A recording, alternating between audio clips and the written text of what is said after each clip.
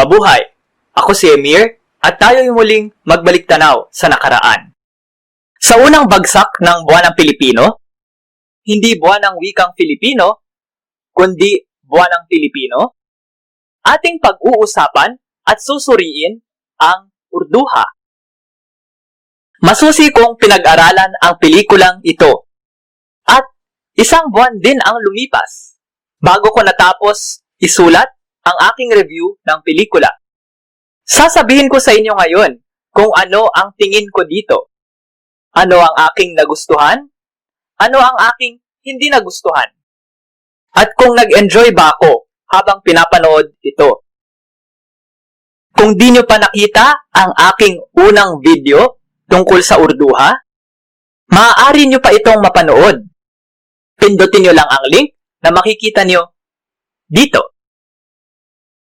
Hindi ko ngayon pag-uusapan kung gaano katumpak sa kasaysayan ang pelikulang Urduha. Dahil hindi naman pakay ng pelikula na maging historically accurate. Di nga natin alam kung totoong kwento yung sinalaysay ni Ibn Battuta eh. Pambungad sa manonood si Urduha. Tumatakbo sa loob ng gubat. Iniiwasan ang mga batsaw na humahabol sa kanya. Batsaw? Mga badyaw ba dapat to? Di ko sigurado eh. Di ko ma-verify. Tatawagin ko silang batsaw. Di naman siguro intensyon ng mga gumawa ng pelikulang ito na isama ang isang tunay na pangkat etniko sa kanilang pelikula. Okay? Batsaw. Napikon na ang prinsesa nang mapunit ang belo niya. Kaya, lumaban na siya. Pinapakita ng eksenang ito na walang inuurungan si Urduha. At kaya niyang talunin ang mga kaaway niya. Pero, hindi natin alam. Bakit siya hinahabol ng mga batsaw? Ano, trip lang ba nila? Samantala, nagsimula na ang sayaw kung saan bibida si Urduha. Pamilyar yata to ha. Pero di tulad ng isa dyan, umabot naman si Urduha. Sumingit si Simakwel sa eksena para samahan ang prinsesa dahil bagay daw sila. Pero nung nagpiring na yung may hawak ng mga kawayan, tila natakot si Totoy Mola. Sablay siyang magtinikling, di makasabay kay Urduha. Ayaw nila Kanpati na nakikidigma ang kanyang anak. Sinanay niya si Urduha para pamunuan ang Tawilisi. Siya at ang kanyang mapapangasawa. Gusto nila Kanpati na ipag-isang dibdib si Urduha at si Makwel. Tandaan niyo ang eksenang ito. Importanteng punto ito ng pelikula. Babalikan natin ito mamaya. Ayaw ni Urduha na ikasal siya kay Simakwel. Pero hindi siya makatanggi sa kanyang ama. Naku, siguro kung ngayon nabuhay si Urduha at 18 na siya o mas matanda pa, alam niyang hindi na niya kailangan sundin ang kanyang ama. Ayon sa ating batas, kailangan nating igalang at sumunod sa ating mga magulang hanggang di pa tayo nagdi-18. Pagdating sa edad na yan, ang tanging tungkulin natin bilang mga anak ay irespeto ang ating ama't ina. Di na natin sila kailangan pang sundin. Respeto, oo. Paggalang, oo. Pero di na natin kailangan sumunod pa. Kung may reklamo sila, ituro nyo lang sa kanila ang batas ng may buong paggalang. Balik tayo sa pelikula. Hindi rin palo si Mayumi kay Simakwel. Di niya feels. Okay lang sa akin itong mga ganitong salita. Feels. It looks delicious. At HHWW. Tanda ito na patuloy na nagbabago ang ating wika. Hindi naman ito ang unang mga salitang ginagamit natin noon, pero di na ngayon. Natatandaan ba natin ang plaka? O kaya ang jejemon? Para sa akin, di naman nakaka-apekto ang ganitong lengguwahe sa aking panonood ng isang pelikula o palabas. Di ba sinabi ko nga noon na gusto ko ang Brother Bear? Kinukumbinsi ni Mayumi si Urduha na baka may dumating na mabibihag ang puso niya. Walang epekto, wa-effect, o isa na namang salita na di na natin ginagamit, wa-effect. Wa-effect ang mga salita ni Mayumi sa prinsesa. Aanhin ko ang mga bolero at manloloko. Lipat tayo sa susunod na eksena, kung saan niloloko ng isang lalaki ang kanyang mga kalaro ng baraha. Hehe, sakto ang transition. Gamit ng mandaraya ang kanyang kaibigang dagang si Kukut. Kaso, nabuking at nalantad din ang tunay na pagkatao ng mandaraya. Nahubaran ng balat kayo, o isa pang salitang hindi na natin ginagamit, balat kayo, o disguise. Ang mandaraya ay walang iba kundi ang pinaghahanap na piratang si Limhang.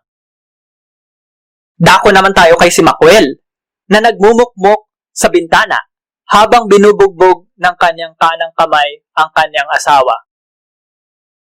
Bilang pang pamilya!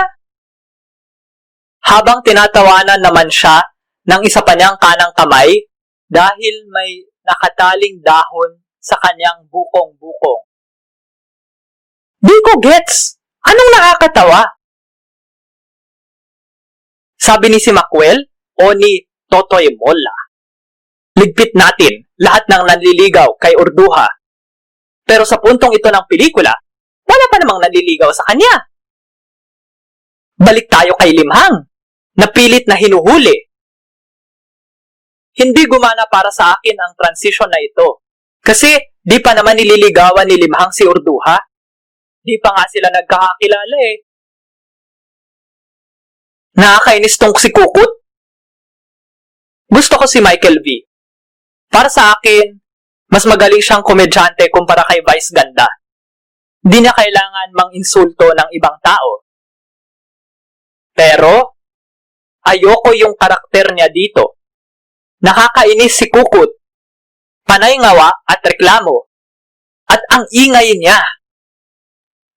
Akala ko, sinadya ang ganitong karakter niya dahil salbahe pala siya. Akala ko, tratraidorin niya si Limhang matapos siya nitong itapon sa dagat kasama ang mga ginto. Balik tayo kay Urduha na pilit pinipigilan ang kanang kamay ni si Makwel na bugbugin ang kanyang asawa. Kaso, matigas ang ulo eh. No choice, daanin sa santong paspasan ang hindi madaan sa santong dasalan.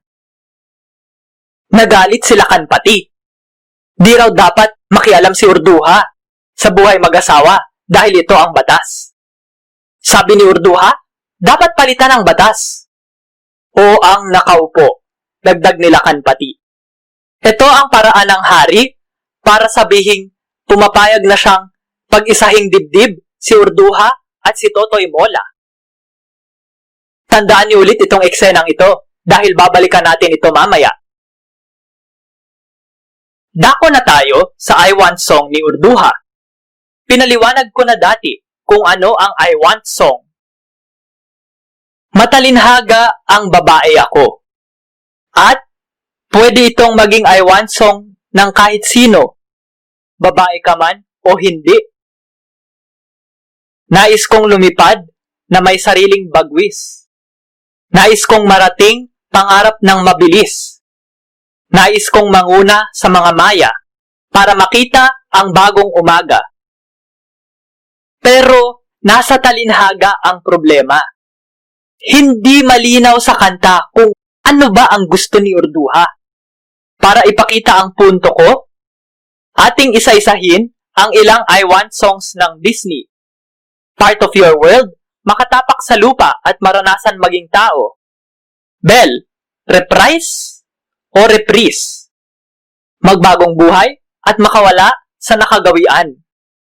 Reflection. Magpakatotoo. Tama ba, Lea Salonga?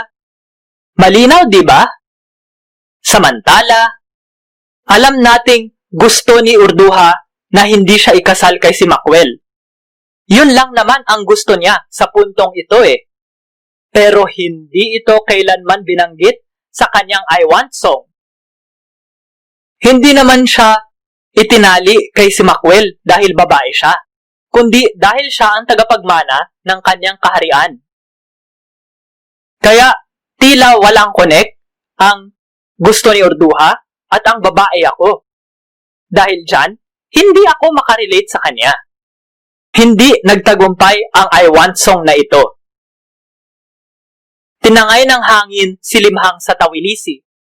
Bagamat kulang siya sa kain at tulog, nagliwaliw pa rin siya. Samantala, nagkakilala na si Doding Daga at Laki Mata.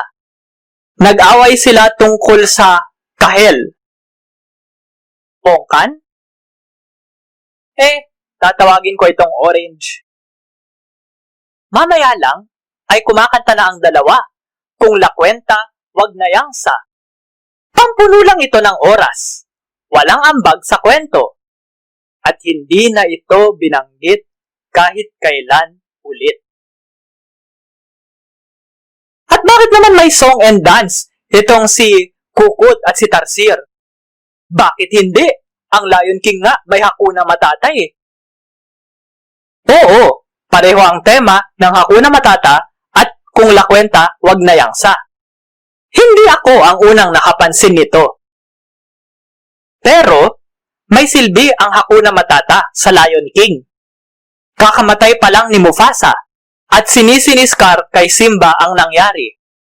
Kaya tumakas ang batang leon mula sa kanyang tahanan. At muntik nang mamatay kung hindi siya sinagip ni Timon at Pumbaa. Nais makalimot ni Simba. Yun ang silbi ng Hakuna Matata. It's a problem-free philosophy. Anong silbi ng kung lakwenta wag na yangsa? Wala. Oo, may problemang kinakaharap si Urduha. Ayaw niyang pakasal kay si Makwel. Pero hindi naman niya tinatakasan ang responsibilidad na ito eh. Kung matatawag nga ba itong responsibilidad. Wala rin nga ang prinsesa sa kantang ito eh. Si Limhang din ay may problema. Wanted nga siya, di ba? Pero wala rin siya sa eksenang ito. May gusto bang takasan si Doding Daga at Laki Mata? Wala.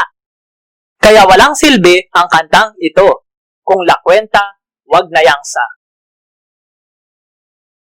Hindi siguro magiging kontrobersyal ang aking sasabihin, pero silang dalawa ang pinakawalang kwentang karakter sa Urduha. At least si Kukut may silbi kanina, para tulungan si Limhang na makatakas kay Wang. Pero pag pinagsama mo si Kukut at saka si Tarsir, naku, wala na. Finish na. May eksena pa itong dalawang tumamaya na hinahabol sila ng ahas. Ano silbi nun? Wala rin. Oo, uso ang comic relief sa mga pelikulang pambata. Pero may dahilan kung bakit sila nandoon. Ang silbi nila ay hindi lang para makuha ang atensyon ng mga bata. Okay, move on na tayo. Habang nagliliwaliw, narinig ni Limhang ang mga iyak ni Urduha habang naliligo sa batis sa gubat. Walang puknat ang pirata sa pagtukso sa prinsesa. Hanggang sasaluhin ni Limhang ang pana na para sanay kay Urduha. Bilang ganti, dinala ng prinsesa ang pirata sa kanyang bayan para gamutin ang mga sugat nito. Samantala, sinagip si Wang mula sa dagat ng isang... Okay, hindi ako tutol sa pangongopya. Wala naman ng mga original eh. Pansinin yung mga teleserye natin, bakit paulit-ulit ang kwento? Sabi nga ng sumulat ng Narnia na si C.S. Lewis, there is no human ability to create intellectual works de novo. Rather, the themes and tropes of new entertainment are always drawn from pre-existing cultural materials. At sabi ng rapper na si Kanye West, too much emphasis is put on originality. Feel free to take ideas and update them at your will. All great artists take and update. Pero ito ang dagdag ko. Huwag lang tayo basta-bastang kumopya. Gumawa tayo ng isang kwentong matibay at masarap balik-balikan mula sa ating mapagbabasehan. Nagawa ba yun dito sa Urduha? Tignan natin.